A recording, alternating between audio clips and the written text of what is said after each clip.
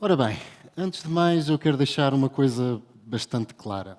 O objetivo desta apresentação é deixar-vos deprimidos. Portanto, se nós chegarmos ao fim e vocês não estiverem deprimidos, é sinal que eu não estou a fazer bem o meu trabalho e peço-vos desde já desculpa. Esta apresentação começa com a mente de um louco. Um indivíduo chamado Ted Kaczynski, que tinha um hobby muito peculiar, que era enviar bombas para vários académicos que estavam a estudar tecnologias de inteligência artificial e automação. Isso fez com que ele ganhasse a alcunha carinhosa de Unabomber e que fez com que ele eventualmente fosse preso durante muito, muito tempo. Ele ainda está vivo, está na prisão e não há de sair de lá até morrer. Mas, efetivamente, ele, antes de ser apanhado, ele publicou aquilo que era o seu manifesto. E o seu manifesto, ao contrário de tudo o resto que ele fez, não era tão louco como poderíamos esperar. Ele falava que, efetivamente, um dia a inteligência artificial e as máquinas iam controlar a humanidade. Mas não iam controlar a humanidade da forma como nós pensamos no Exterminador Implacável, que vinham e que matavam toda a gente. Não. Os seres humanos iam criar uma sociedade de tal forma complexa que nós íamos de livre vontade entregar o controle às máquinas, porque não tínhamos capacidade de gerir a nossa sociedade. E foi com este pensamento que, em 2014, fruto do trabalho que na altura estava a fazer com a Comissão Europeia, eu propus-me a criar um modelo para tentar prever, com base naquilo que é a história da humanidade, tentar prever qual é que era o impacto futuro nas nossas economias e nas nossas sociedades da inteligência artificial. E o resultado foi este modelo, que tem formato de pirâmide, que não é acidental, porque à medida que nós vamos subindo nos níveis, cada vez há menos espaço, e é um modelo baseado no esforço cognitivo que o ser humano emprega na realização de uma atividade. E o que é que isto quer dizer? Bem, como podem ver, tem 5 níveis. Vamos começar pelo nível 0, esforço cognitivo 0.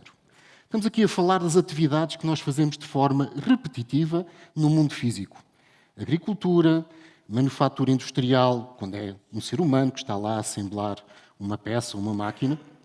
Este trabalho, depois de ser feito um grande número de vezes, é submetido ao nosso sistema nervoso periférico e nós deixamos de ter um processo de tomada de decisão. Portanto, nós apenas temos um movimento que está integrado em nós e nós repetimos aquele movimento.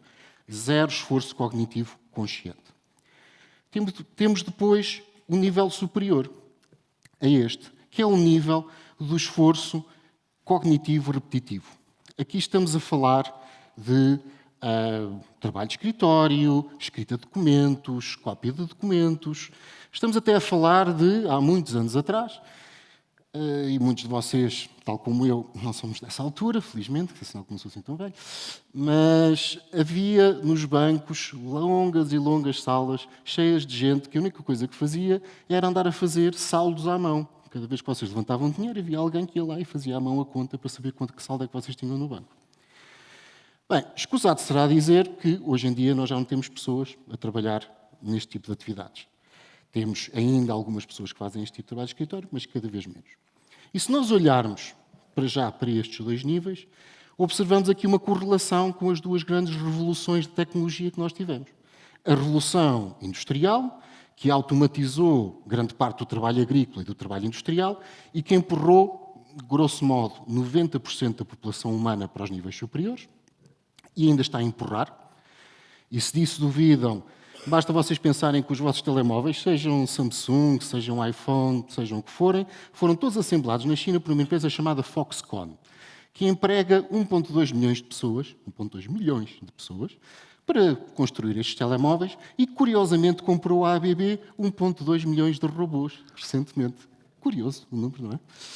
A coincidência. Portanto, é um processo que ainda está a acontecer. Ao nível do trabalho repetitivo cognitivo, lá está, escritório, por aí fora, nós sabemos também que grande parte das pessoas saíram destes níveis e começaram a trabalhar em níveis cognitivos superiores. Porque hoje em dia, sejamos honestos, nós substituímos uma sala inteira de pessoas que estavam a fazer contas num banco por uma folha de Excel. Depois começamos a entrar nos níveis interessantes. O nível 2 daquela pirâmide reflete o trabalho em que o ser humano serve de interface entre um mundo finito e um mundo infinito. E o que é que eu quero dizer com isto? Imaginemos um carro. Quando vocês estão a conduzir um carro, O carro disponibiliza um número limitado de operações que vocês podem realizar. Virar o volante em 2 direções, carregar em 3 pedais, meter uma mudança.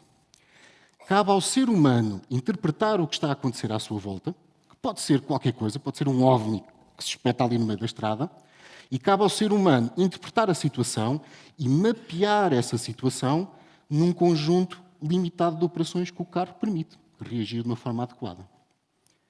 O mesmo acontece, por exemplo, com alguém que está num call center. Uma pessoa telefona, pode pedir qualquer coisa, eu posso ligar para a Vodafone e pedir uma pizza, e cabe à pessoa que está do outro lado saber quais é que são os processos limitados disponíveis dentro da Vodafone e dizer vai dar uma volta porque aqui nós não entregamos pizzas. E este nível, até 2019, 2020, era um nível que estava a ser mais atacado pela automação. Não só pela inteligência artificial, na condução de carros e aviões, e barcos e qualquer coisa, mas também com ferramentas muito mais simples, como, por exemplo, o self-care que nós usamos nas apps do banco. A maioria de nós não vai a um banco e não tem que interagir com um ser humano para conseguir realizar uma operação. Faz isso numa app e está feito. Temos depois o nível 3, que é o nível da interação entre sistemas infinitos e infinitos, que é o domínio da engenharia. E por que é que eu digo infinitos para infinitos? Porque a um engenheiro pode-se pedir qualquer coisa, e os engenheiros sabem que às vezes pedem-lhes mesmo qualquer coisa, e cabe ao engenheiro mapear isto num conjunto de ferramentas que, apesar de ser limitado, porque o número de comandos, por exemplo, disponíveis numa linguagem de programação é limitado, mas o número de combinações é praticamente infinito. E, por último, temos o nível em que nós criamos as nossas próprias ferramentas. É um mundo ilimitado, que é o mundo ligado à criatividade e à investigação e desenvolvimento. E, portanto, estávamos nós, no ano do Senhor de 2018, período até 2020, e esta era a previsão que o World Bank fazia até 2030, em que nos dizia que, ali a preto, temos os números de desemprego e a branco temos os empregos em alto risco de automação até 2030, daqui a 5 anos. Como podemos ver, é um cenário pouco animador.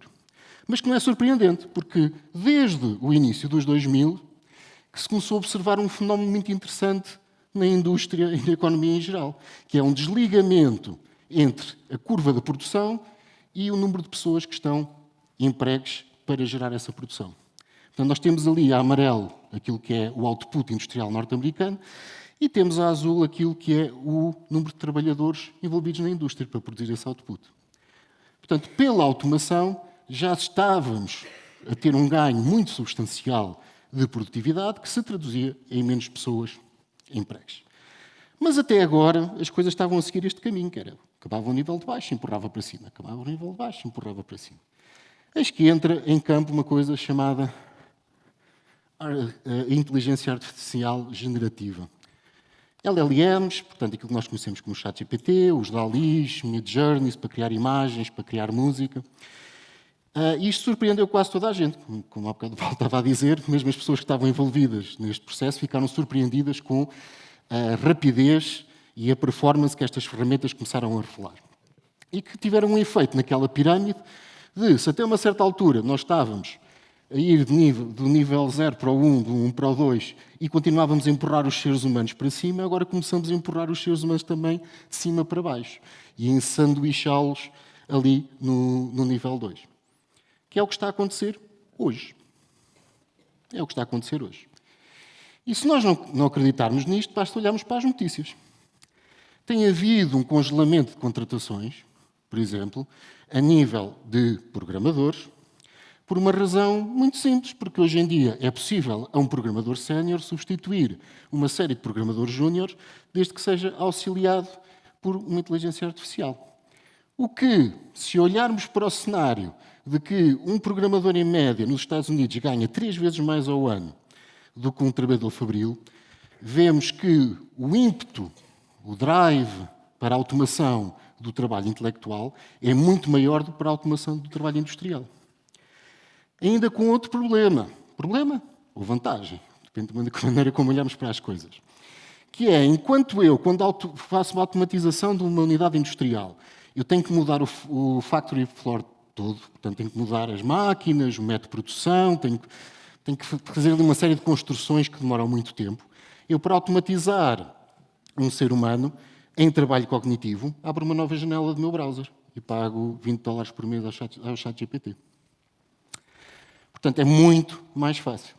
Está ainda a observar-se um fenómeno que eu ainda acho que ainda é mais assustador, que é, como eu referi, um sénior, uma pessoa com muita experiência, consegue agora substituir várias pessoas com menos experiência, auxiliando o seu trabalho com a inteligência artificial. O que significa que, à medida que a inteligência artificial vai melhorando na sua performance, nós vamos empurrando as competências válidas para níveis superiores de maturidade.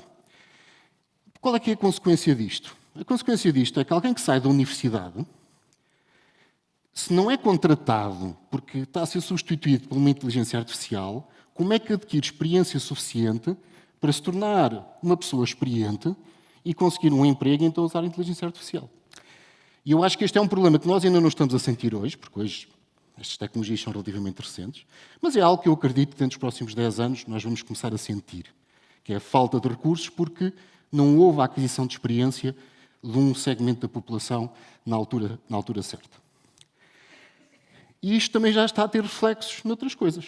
Se nós ajustarmos o rendimento médio nos Estados Unidos, eu uso números dos Estados Unidos porque o Eurostat não dá grandes números e os Estados Unidos têm estatísticas melhores que as nossas, nós vemos que, efetivamente, não foi só o Covid, nós temos uma perda de poder de compra na sociedade norte-americana. E essa perda de poder de compra não é toda igual. Nós vemos precisamente os trabalhadores de informação são aqueles que estão a perder mais depressa poder de compra. E para as pessoas que achem que vai haver uma substituição e vão surgir novos empregos, que nós nem sequer pensamos sobre isso, e vamos dar emprego a toda a gente, deixem de dizer-vos que todos os empregos tecnológicos novos que foram criados pela revolução da informática, todos representam menos de 3% dos empregos da economia norte-americana. E, portanto, se nós começarmos a automatizar aqueles empregos que já existem há mais de 100 anos, todos, os novos empregos não vão cobrir esse gap que vai haver a nível de competências. E, portanto, coloca-se a questão, o que é que nós podemos esperar do futuro?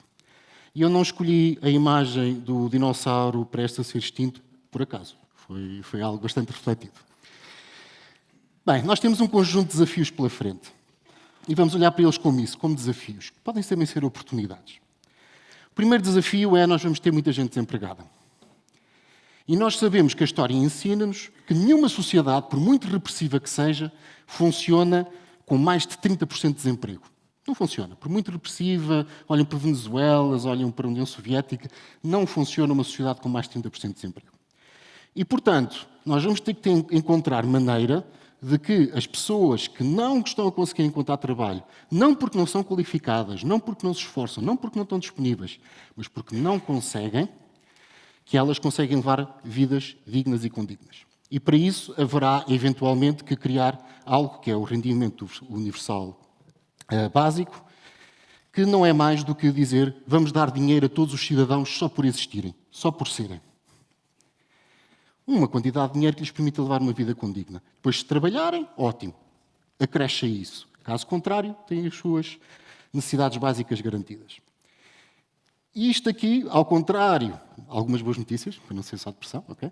Algumas boas notícias, ao contrário do que muita gente diz que isto não vai ser sustentável, deixem-me deixar-vos só com um pensamento. Se eu tiver uma supply chain completamente automatizada, se a recolha de matérias-primas é feita por robôs, e o transporte é feito por robôs, e as fábricas estão robotizadas, e é um robô que leva até ao supermercado e põe na prateleira do supermercado, significa que o custo dos robôs por unidade de peça, de produto ou serviço, torna-se muito baixo. Ou seja, o custo dessa peça ou serviço começa a tender para o custo de energia de operar os robôs. Portanto, se nós tivermos energia barata, significa que nós vamos ter muito mais riqueza material a um custo muito, muito baixo. E, eventualmente, essa riqueza material será suficiente para levar vidas condignas e de tornar o rendimento básico universal sustentável. Outro fenómeno que é importante nós termos em mente é que, à semelhança de todas as outras revoluções anteriores, em que na Revolução Agrícola quem tinha o terreno tornava-se mais rico e poderoso, na Revolução Industrial quem tinha as máquinas e o dinheiro tornava-se mais rico e poderoso, na informática quem tinha acesso aos computadores tornava-se mais rico e poderoso. Aqui, quem tiver acesso aos dados e aos modelos vai sair à frente. Vai haver uma maior desigualdade, vai haver uma maior concentração de poder. O que, se olharmos para os números, é o que está a acontecer. E basta nós pensarmos que hoje em dia o Elon Musk, que tem uma fortuna avaliada em 400 mil milhões de dólares, representa basicamente 2 Cleópatras. Estão a ver? Cleópatras, liteira de ouro, carregada por escravos. Pronto, ele tem 2 vezes a fortuna dela. E, portanto, é um fenómeno que está a acontecer. Que, na minha opinião, não é particularmente relevante, mas isso é o tema para outra talk, por isso, wink-wink para a organização TEDxPorto para me voltarem a convidar. Outra questão importante é que a nossa democracia pode estar em risco. E pode estar em risco por 2 razões.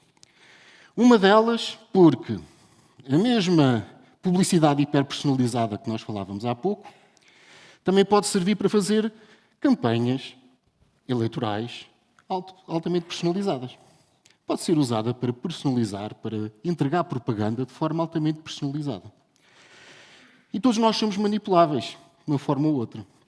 E como nós vimos, como foi o caso da primeira eleição do Trump, na altura com ferramentas muito mais rudimentares, é possível manipular a democracia usando este tipo de ferramentas. E, portanto, é uma preocupação que nós temos que ter.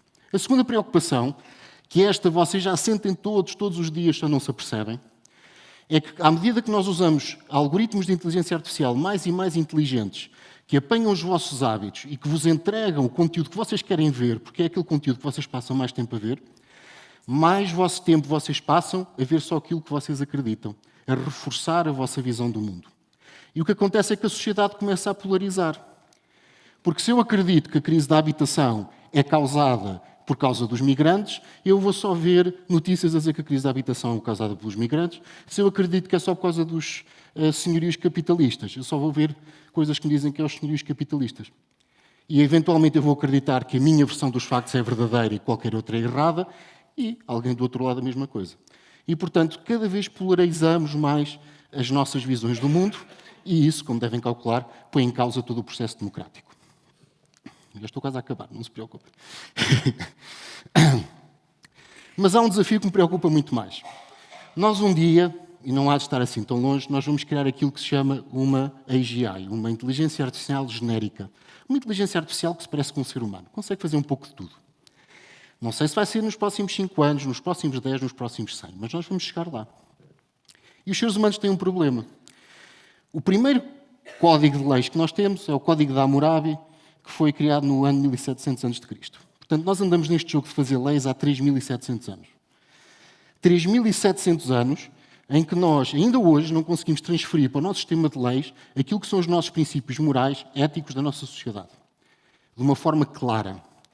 E isso é um problema gigantesco, já hoje. Porque aquilo que acontece é nós temos juízes e juízes de juízes e juízes, juízes, juízes, para podermos ser julgados e termos apelos e por aí fora, porque não existe uma interpretação única da lei, não existe uma capacidade de expormos de uma forma que seja totalmente universal aquilo que são os nossos princípios e valores.